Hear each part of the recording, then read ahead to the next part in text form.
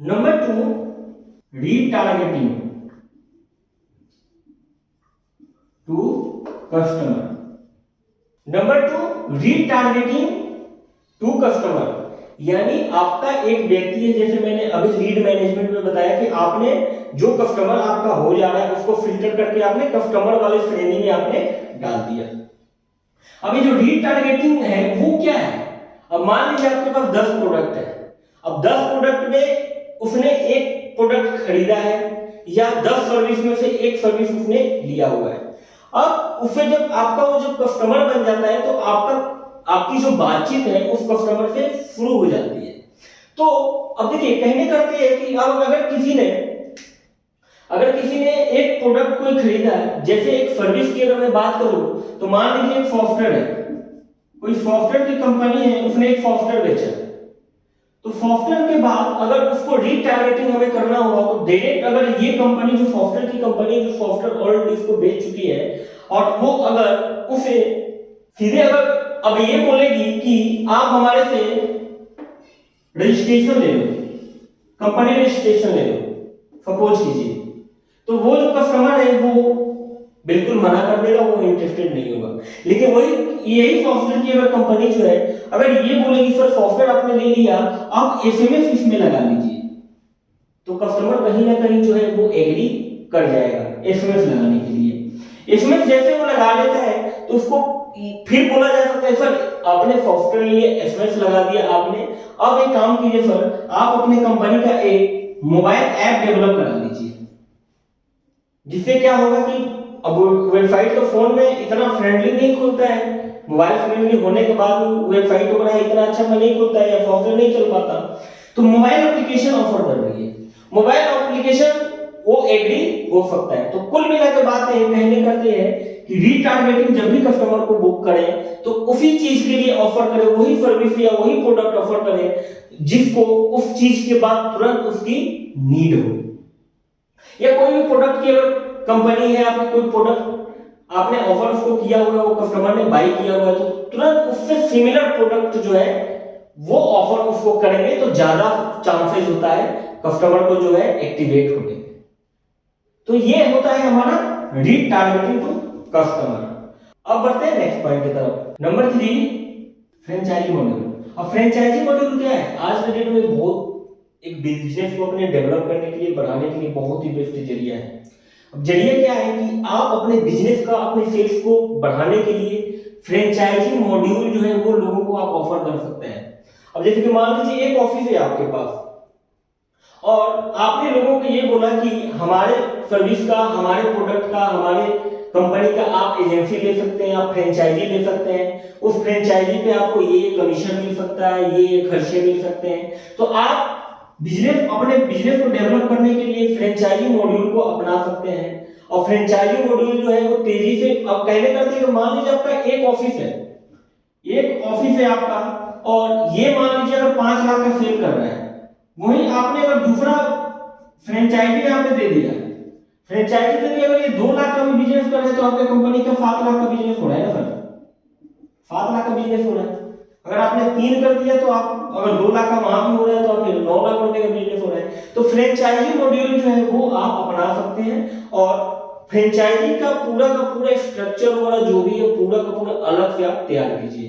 Franchise का module जो franchise देने से पहले आप उसकी प्रॉपर एग्रीमेंट क्या होगी, क्या बनानी है, डॉक्यूमेंट्री हमें कैसे बनानी है, एग्रीमेंट वगैरह समझ में नहीं आता तो पिछले वीडियो में मैंने बताया कि कौन कौन सा डॉक्यूमेंट कैसे बनाना है, तो वहां से भी आप बना सकते हैं। तो अपने फ्रेंचाइजी का एक एग्रीमेंट बनाइए, फ्रेंचाइजी का जो भी इनकम होता है वो अलग से बनाइए, आपकी इनकम उसमें क्या होगा। अब देखिए सेल्स तो फ्रेंचाइजी भी करेगी, आरएनडी आपकी कंपनी करेगी, आपका मेन ऑफिस जो होगा वो करेगा, लेकिन फ्रेंचाइजी वाले जो है वो भी तो सेल कर रहे हैं, तो अपने फ्रेंचाइजी का एक्सपेंसेस वगैरह भी मैनेज करेंगे। तो फ्रेंचाइजी का जो भी आप मार्केटिंग पे एक्सपेंस कर रहे हैं, जो भी आप सेल्स की टीम पे एक्सपेंस कर रहे हैं, तो उससे थोड़ा सा बढ़ा करके आप अपने फ्रेंचाइजी के लिए आप ऑफर दे सकते हैं, क्योंकि ये जो चीज है आज के डेट में काफी तेजी से फैल रहा है और बिजनेस फैलाने का अपना एक बहुत ही बेहतर जरिया है, बहुत ही बेहतर तरीका होता है। Number 4, B2B sale. अब B2B सेल्स क्या है? ये भी आज के डेट में पूरा, अगर कुल मिला के अगर मैं बात करूं तो ये वाला जो कॉन्सेप्ट है आज के डेट में पूरा तहलका मचा रहा है। कैसे मचा रहा है? बी टू बी सेल्स को समझते हैं। बी टू बी सेल्स क्या होता है कि जैसे कि मान लीजिए आपका एक ऑफिस है, जो ऑफिस मान लीजिए दिल्ली के अंदर में है, ये आपका एक ऑफिस हो गया दिल्ली में, और आपका ऑफिस जो है वो कहीं भी और नहीं है। अब मान लीजिए एक कंपनी है और वो कंपनी किसी दूसरे प्रोडक्ट को सेल करती है, दूसरा प्रोडक्ट बनाती है, दूसरे सर्विस को ऑफर करती है, और वो जो कंपनी है वो मान लीजिए यहां से मान लीजिए आसाम में है, आसाम में एक ऑफिस है उस कंपनी का। तो बी टू बी सेल में क्या होता है कि आपकी जो कंपनी है इस कंपनी से टाई अप कर सकती है, आपकी कंपनी इस कंपनी से टाई अप कर सकती है। टाई अप क्या कर सकती है? अब ये कंपनी बोलेगी इस कंपनी से कि सर आपकी जो भी सर्विसेज है, आपका जो भी प्रोडक्ट है, उस प्रोडक्ट को डील दिल्ली का अगर कोई क्लाइंट होगा, अगर दिल्ली में वो लीड आप हमारे पास ट्रांसफर करते हो तो आपके बिजनेस के बिहाफ पे हमारी जो सेल्स की टीम होगी वो बात करेगी। क्योंकि क्या होता है, डिस्टेंस अगर ज्यादा होता है तो बहुत सारे कस्टमर ऐसे होते हैं जो नहीं एक्टिवेट हो पाते हैं। वो पूछते हैं कि नियर बाय में यहाँ कोई ऑफिस है आपका, यहाँ कोई टीम है आपकी जो बात हमारे से कर सके, तो आप ये बी टू बी मॉड्यूल जो है वो अपना सकते हैं।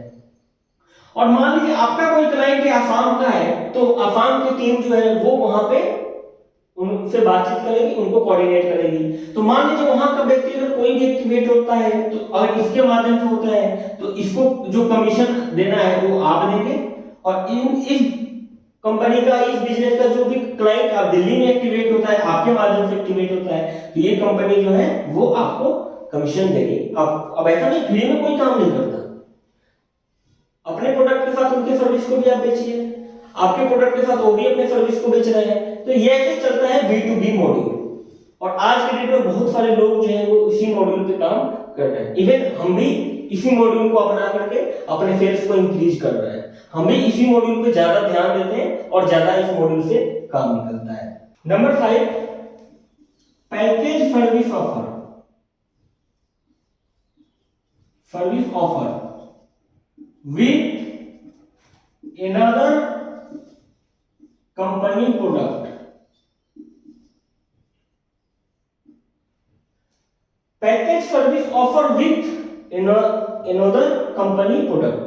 अब जो another कंपनियां होती है, जो दूसरी कंपनियां होती है, उनके साथ में अपने प्रोडक्ट को लगा करके सेल करना, ये भी आज के डेट में बहुत प्रचलन है, बहुत अच्छा ये भी मॉड्यूल जो है वो काम कर रहा है।